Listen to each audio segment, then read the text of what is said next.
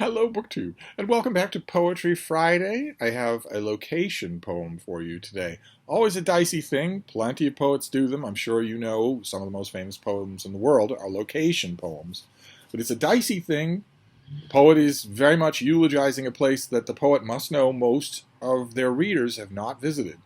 So what are you doing, right? In a poem like that, what are you doing? Are you trying to bring the place alive for people who've never seen it? Are you trying to commemorate it for people who have, thereby excluding 90% of your audience? Trying to nail it down in your own memory?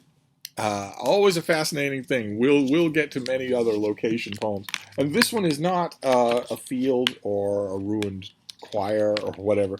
It's the British Museum's reading room, the round reading room of the British Museum, which a lot of you have probably visited.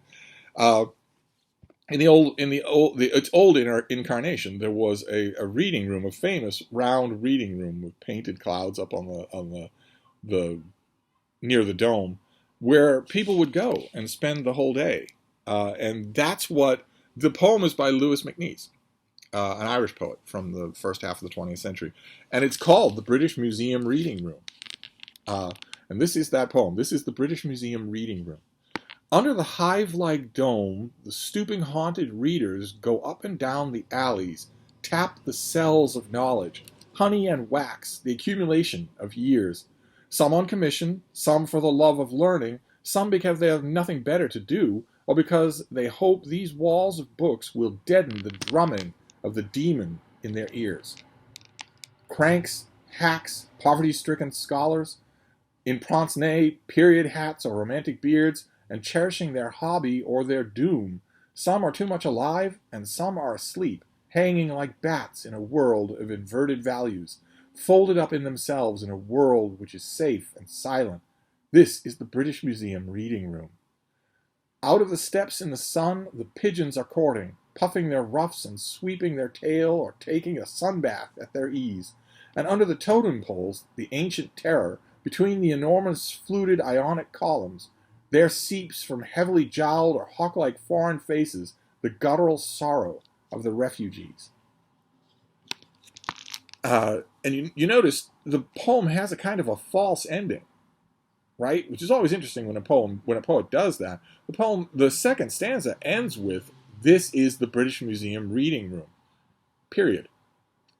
Which it feels almost like an ending. It feels almost like if the poem is called the British Museum Reading Room, that's where the poem will stop. But it has something else to say. It wants to take you outside of the reading room. The reading room is where, what was that lovely phrase? A world of inverted values, where crazy people can go. In the old system of the British reading room, you had to present a ticket of work. You had to somehow justify why you wanted to go through those bolted, padded doors and work in the room. You couldn't just wander in.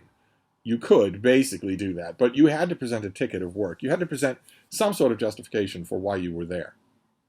And once you were there, you could take up a particular seat and never leave it all day long. If you're Karl Marx or T.S. Eliot or Virginia Woolf, that's what you would do. Or you could patrol. You were under a dome. It wasn't a flat roof. It was a dome, and that was a weird feeling. One particular person, one of the people I just mentioned that it gave you the feeling of being a thought inside a brain or a cloud under the dome of heaven.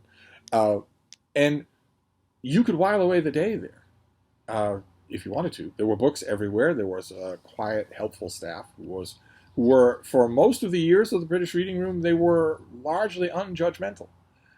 If those of you are in the UK, there's my Pluto never forget bookmark. Those of you who are in the UK, I know that the reading room has moved, I think, to St. Pancras Station, but I'd love to know if you still need to present a ticket to justify your using the room. I think that habit has probably gone away. And I'd love to know your own memories if you've been to the old the round reading room. I wonder if you also felt that the staff was wonderfully unjudgmental, wonderfully just quiet and accepting of any kind of research burden put on them. Certainly that was my own experience. I spent many, many an hour in that old room, the room that's commemorated in this poem. But then the poem shifts, right? It gets us out of the comfort of that world of inverted values and puts us out on the street, where not only is there the guttural sorrow of the refugees, but there are also pigeons who don't care at all. They don't care, and they're engaged in their own world. They don't care at all about the scholarship that's going on in the reading room. Not at all. They're right next to it. They're right outside. It's just a different world, a world that does not connect in any way except by the ionic columns, except by the raw physical shelter of the place. Uh, Very tempting to read some more Louis MacNeice, but that's another little rule for this our daily poem here. In addition to, I don't really want to read you poems in translation. I really also don't want to concentrate on a poem, on one poet. Instead, we'll skip around. So we'll find somebody else to read tomorrow. So I'll wrap this up now, and I will see you then. Thank you, BookTube.